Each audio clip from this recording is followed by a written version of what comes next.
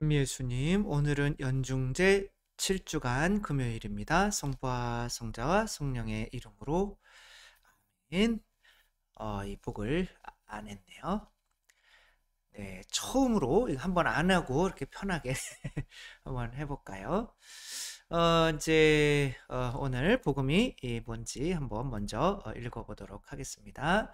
마르코가 전한 거룩한 복음이고요. 그때 예수님께서 유다 지방과 요르단 건너편으로 가셨다. 그러자 군중이 다시 그분께 모여들었다. 그래서 예수님께서 늘 하시던 대로 다시 그들을 가르치기 시작하셨다. 그런데 바리사이들이 와서 예수님을 시험하려고 남편이 아내를 버려도 됩니까? 하고 물었다. 그런데 바리사이들이 예수님께서 그들에게 모세는 너희에게 어떻게 하라고 명령하였느냐 하고 되물으시니 그들이 이혼장을 써주고 아내를 버리는 것을 모세는 허락하였습니다 하고 대답하였다. 그러니까 구약의 율법에는 이제 아내를 버려야 할 때는 버린다는 게 좀 이상하지만 이혼장을 그러니까 버리는 게 허락이 됐다는 거죠. 근데 이제 사랑과 자비를 강조하시는 예수님께서 근데 그때 당시로 고아들이나 여자들, 노인들이나 어린이들 이런 어떤 세상에서의 어떤 돈을 벌고 뭐를 하는 그런 역할을 하지 못하는 이제 사람들은 그 옛날일수록 더 조금 인간 취급을 못 받는데 그렇게 버리게 된다는 것은 예수님의 가르침에 어긋나는 거죠. 근데 이들이 이제 요것을 노리는 거죠. 하여튼 예수님께서는 과감하게 모세의 법이 틀렸다고 이야기를 하셔요. 근데 그 틀렸다라고 하는 것이 어떤 어린이가 성장하듯이 지금 이스라엘이 아직은 지금 예수님의 법을 감당할 수 없기 때문에 그때는 그 어린이가 뭐 딱딱한 걸 못 먹을 때는 그거에 맞는 유아식을 주어야 하는 것처럼 그렇기 때문에 이제 그런 법을 준 거다. 근데 지금은 더 너희들이 성장을 했기 때문에 이제는 법이 좀 바뀌어야 된다. 이렇게 말씀을 하시는 거죠. 너희 마음이 완고하기 때문에 모세가 그런 계명을 기록하여 너희에게 남긴 것이다. 창조 때부터 하느님께서는 사람을 남자와 여자로 만드셨다. 그러므로 남자는 아버지와 어머니를 떠나 아내와 결합하여 둘이 한 몸이 될 것이다. 따라서 이제는 둘이 아니라 한 몸이다. 한 몸이 갈라지는 것은 죽는 거죠. 그렇죠? 하느님께서 맺어주신 것을 사람이 갈라 놓아서는 안 된다. 이 몸이 목과 몸이 떨어져 나가면 죽는 것처럼 집에 들어갔을 때 제자들이 그 일에 관하여 다시 묻자 예수님께서 그들에게 말씀하셨다. 누구든지 아내를 버리고 다른 여자와 혼인하면 아내를 두고 간음하는 것이다. 또한 아내가 남편을 버리고 다른 남자와 혼인하여도 간음하는 것이다. 이 말씀 때문에 이제 지금까지 이 가톨릭은 한 번의 결혼만을 인정해요. 그러니까 막 결혼을 뭐 이렇게 가톨릭에서 했다가 이혼을 하고 이제 다시 신앙생활을 하는 것이 가톨릭에서는 굉장히 어렵게 돼 있어요. 이제 근본 유효화, 무효화, 혼인 무효화, 소송을 이제 해야 되고 이제 지금은 굉장히 많이 풀어줘요. 옛날에는 거의 안 풀어줬어요. 지금 이제 교황님이 되시고 워낙 이렇게 재혼하고 하는 그런 것들이 많은데 그런 분들이 신앙생활을 그런 것 때문에 못하게 되는 것은 좀 그렇다. 그래서 일부러 막 헨리 8세 지금 성공회가 나온 그런 것처럼 여러 명과 결혼하기 위해서 또 이 사람과 결혼하고 또 저 사람과 결혼하기 위해서 이렇게 법을 어기는 거는 문제가 있지만 또 어쩔 수 없는 상황에서 그렇게 된 것은 이제 좀 웬만하면 좀 풀어주려고 하는데 그렇게 풀어주더라도 근본적으로 혼인은 한 번 하는 거야. 그래서 이전의 혼인이 무효다라고 하고 이제 지금 혼인이 진짜다라고 이렇게 맺어주는 거죠. 그래서 혼인 무효 소송을 하는 건 그 이전의 혼인을 끊는 게 아니에요. 그 이전의 혼인이 무효였다라고 하는 것을 이렇게 해주고 하게 되는 거죠. 이제 뭐 혼인이라고 하는 이제 주제는 정말 참 태어날 때부터 아이들이 나는 뭐 누구랑 결혼할 거야. 뭐 애기들도 그러니까 애기 때부터 나이가 들어서 돌아가실 때까지 혼인이라고 하는 거는 남자로 태어나고 여자로 태어났기 때문에 계속 우리 삶에 어떤 영향을 주는 이제 그런 주제이죠. 거기에서 예수님께서 왜 한 번의 혼인만을 강조하시는지를 우리가 요즘 세상에 이혼하고 재혼하고 하고 하는 거지 그렇게 너무 딱딱하게 하면은 누가 가톨릭을 믿겠냐. 그렇지만 뭐 정해진 것을 아니라고 하기가 좀 쉽지 않은 거죠. 그래서 어쩔 수 없이 이제 왜 한 번만 혼인하는 것이 좋은지, 왜 두 번, 세 번 혼인하는 것이 오히려 그 행복을 더 행복하기 위해서 혼인을 이 사람과 사는 게 행복하지 않으니까 저 사람이랑 살면 행복하겠다라고 해서 그렇게 혼인을 하는 거겠지만 그것이 오히려 왜 행복을 줄이는 건지를 우리가 이해를 또 시키지 않으면은 이런 오늘 같은 복음은 아무 의미가 없겠죠. 이 사례를 한번 우리가 생각해 봤으면 좋겠어요. 이 6명의 이제 개신교 선교사들인 거죠. 이 중간에 있는 사람이 이제 대장인데 짐 엘리엇이라고, 이 엘리엇이 이렇게 해가지고 뭐 정글 아마존이 있는 곳에 선교를 하러 가죠. 근데 이제 그 아마존에 있는 사람들이 이 비행기 타고 내린 이 사람들을 이제 창으로 이렇게 해서 다 죽이죠. 이들은 이제 총이 있고 했는데도 이제 이들에 의해서 죽임을 당해요. 총을 쏘지 않고 우리는 당신들의 형제들입니다. 근데 이제 이 사람들이 결혼해서 이제 가정이 있고 조그만 아기들이 있는 사람들이었단 말이에요. 근데 굳이 선교 가서 거기서 죽었어요.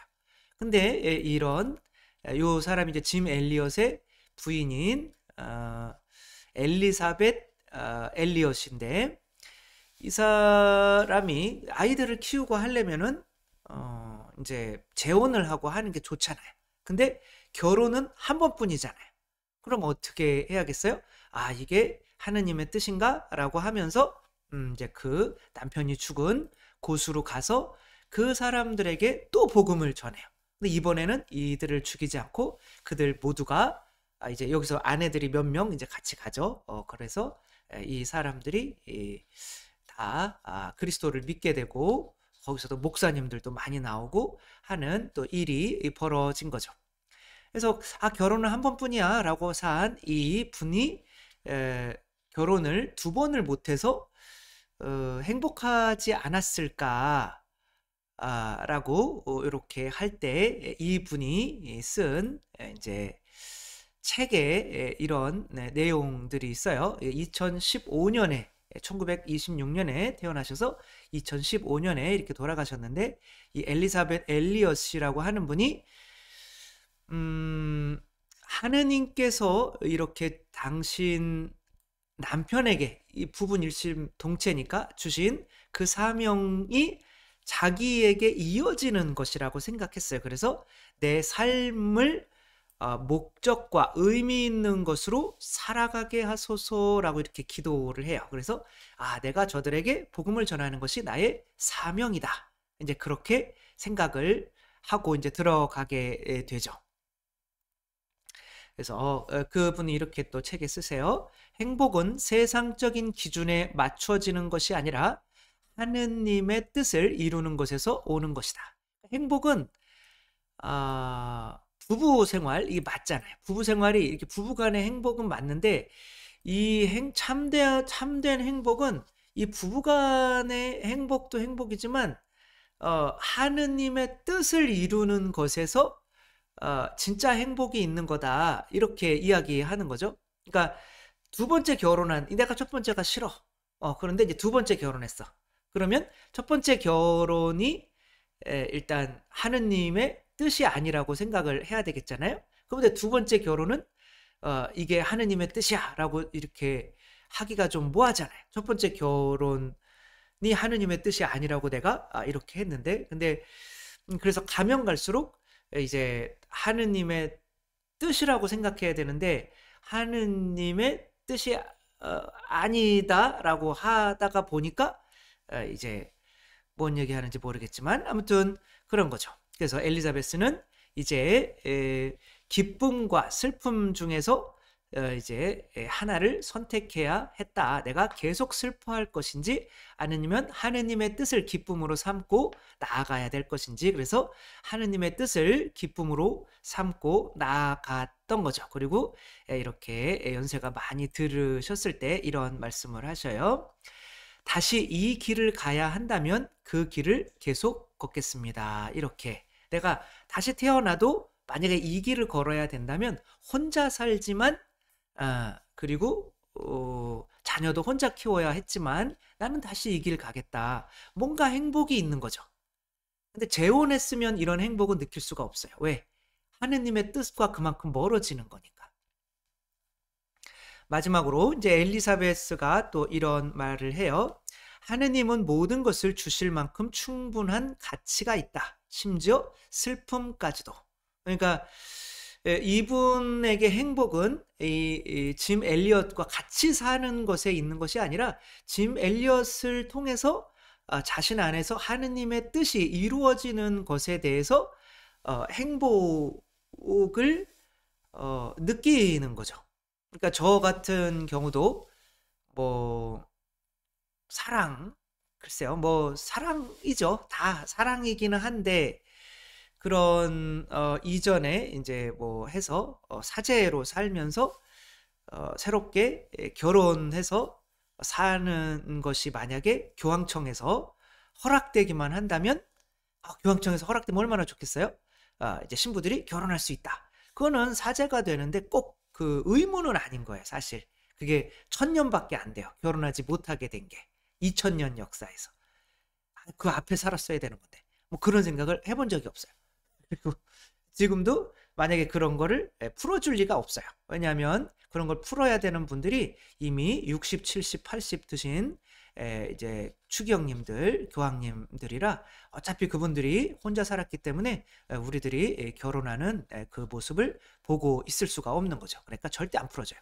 앞으로도 풀어질 일은 없지만 혹시 풀어져도 결혼을 할 거냐라고 한다면 저는 안 할 거거든요. 왜냐하면 그 과거에 어떤 그런 사랑했던 그 순간이 진짜 뭐 행복하지 않았다라고 이야기하기가 어렵죠. 행복하긴 했죠. 그렇지만 그것은 마치 이 지금 하느님과의 관계를 위해서 어떤 다리 역할을 해 줬기 때문에 지금의 이 다리의 여기까지 올랐는데 굳이 다시 그 다리로 되돌아가고 싶지는 않은 거죠.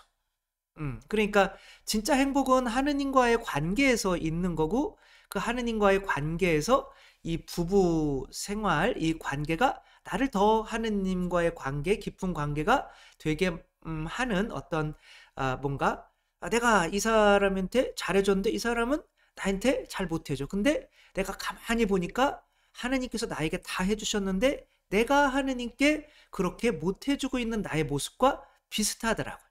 또한 반대로 마찬가지인 거죠. 그렇죠?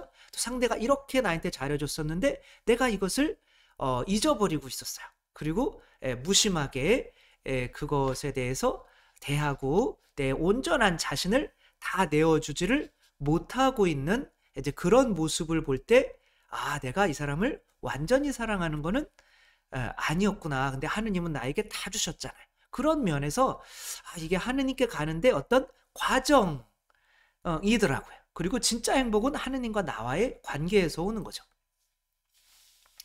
근데 이제 2번 결혼하고 3번 결혼하고 이렇게 하게 되면 그렇게 서로 십자가를 지고 하느님께 의탁하고 알아가야 되는 그 어려움 속에서의 진짜 하느님과 나와의 어차피 결혼도 그렇지만 이제 함께 살아가는 건 십자가의 길이잖아요. 쉽지 않잖아요. 예, 그런 거 안에서 하느님과 더 가까워지는 뭔가 계기가 되는 건데 그런 기회를 잃는 거죠. 이렇게 살다가 이건 아니야. 그리고 이제 뭐 헐리우드 배우들 막 7번 결혼하고 8번, 8번 결혼하고 막 너무 부러워요, 마음. 아니, 그 부럽진 않은데 아무튼 그런 그런 거죠. 이 토비트서에 이제 토비아하고 사라하고 이제 결혼하는 내용이 나오잖아요. 이제 라파엘 천사하고 이제 같이 이제 가게 되는데 이 토비아가 이 사라랑 결혼하고 싶어요. 근데 이제 사라는 마귀가 이렇게 주위에 있어가지고 결혼을 하면 그 남자들을 첫날 밤을 지내기 전에 다 죽여요. 그래서 7명이나 죽였어요. 그러니까 한 5번째, 6번째, 7번째 그래도 결혼하는 인간들은 정말 사라가 너무 이뻤던 것 같아요. 그래서 목숨 걸고 결혼한 거죠. 그러니까 그런 거 안에서 이 두 사람은 토비아는 하느님께 기도를 해요. 이렇게 당신이 나를 죽이실 수도 있고 뭐 어떻게 될 수도 있지만 저는 이 혼인이 당신께서 맺어주신 것을 믿고 그래도 또 목숨을 걸고 한번 당신께 신뢰하며 가보겠습니다. 이 혼인이 하느님께 대한 신뢰로 가는데 하나의 다리 이 역할을 하게 된 거고 그래서 결국에는 이제 하느님께서 축복을 내려주셔서 이 마귀를 지금 라파엘 천사가 이제 잡는 거예요. 물고기에 염통을 태워가지고 뭐 이렇게 하는 그런 내용들이 있는데 재밌어요. 소설처럼 한번 읽어보시면 좋을 것 같은데 이제 그 안에도 굉장히 심각한 이런 내용이 있는 거죠. 그러니까 결혼이라고 하는 것이 그거 자체로 행복이 아니라 그게 하느님의 뜻이고 하느님의 뜻을 이루어가면서 하느님 때문에 하느님과의 관계가 깊어지면서 행복 자체는 하느님밖에 없는 거죠. 그게 하느님께서 이것을 통해서 당신과의 관계가 더 깊어질 수 있도록 주신 하나의 이렇게 주시는 어떤 기회인 거고 다리인 거고 길인 거고 과정인 거죠. 근데 그것을 목적으로 생각해서 이게 행복하지 않으니까 또 바꾸고 또 바꾸고 또 바꾸고 하다가 보면 그 다리에서만 머물고 진짜 하느님과의 관계는 진전이 안 되기 때문에 한 번의 결혼으로 끝까지 한번 가보면서 당신께로 오는 그런 과정을 겪어라. 니마 그 강을 건너지 마오. 이분들이 이렇게 오랜 세월 함께 계시면서 이렇게 깊어진 누구도 이 자리를 대신할 수 없는 그런 관계가 되신 거죠. 그런 게 하느님 이런 분들이 이제 신앙을 받아들이게 되면 그거는 뭐 너무 쉽게 받아들이고 하느님도 너무 쉽게 이제 믿고 사랑할 수가 있게 되죠. 왜? 그만큼 사랑이 뭔지를 서로 두 분이 함께 끝까지 살아 오시면서 뭐 좋기만 했겠어요. 그렇죠? 싸우기도 하고 뭐 꼭 그랬으면 좋겠다라는 내용은 아니에요. 그렇지만 그럴 수밖에 없죠. 살면서. 그렇죠? 안 싸웠다는 분도 있더라고요. 나는 그분들이 더 위태위태해요. 이거 잘은 모르겠지만 아니 싸우면서 그러면서 해야지. 약간은 너무 조심조심 하는 것도 물론 뭐 그게 이제 두 분이 굉장히 큰 깊은 사랑이기도 하겠지만 뭐 판단할 수 없는 거죠. 그건 중요한 건 아니고 어쨌거나 그런 혼인에 대해서 하느님이 맺어주셨으니까 사람이 절대 분리해서는 안 된다라고 한 번만 결혼해라 제발이라고 하는 것에 지금은 많이 풀어주고 두 번, 세 번 이렇게 뭔가 결혼할 길도 교회에서 많이 너무 쉽게 열어주기도 하고 있는데 그런 거 안에서 정말 한 번만 결혼해야 되는 본질적인 의미가 뭔지 그거는 진정한 그 관계를 통해서 하느님과의 사랑으로 나오게 하기 위한 것이었다는 거 짧게 이렇게 하다가 보면 그런 어떤 육체적인 욕망이나 그런 거에 묶여서 진짜 참다운 십자가의 사랑으로는 나올 수가 없기 때문에 그런 것이라는 거 또 우리가 함께 생각해 보며 뭐 결혼 생활에 나가시는 게 쉽지 않고 그렇기는 하지만 그렇게 한번 결혼해서 이렇게 나아가는 게 하느님을 사랑하게 되는데 어떤 기회 뭐가 연습 뭐 아무튼 그런 것이 되어서 더 큰 행복으로 나아가기 위한 그런 다리요 길이라는 거를 명심하며 진짜 행복은 하느님과의 관계에서만 온다라는 거 또 명심하고 또 살아갈 수 있었으면 좋겠습니다. 주님께서 여러분과 함께 전능하신 천주 성부와 성자와 성령께서는 여기 모인 모든 이에게 강복하시어 길이 머물게 하소서. 주님을 찬미합시다. 하느님 감사합니다. 성부와 성자와 성령의 이름으로 아멘. 감사합니다. 사랑합니다.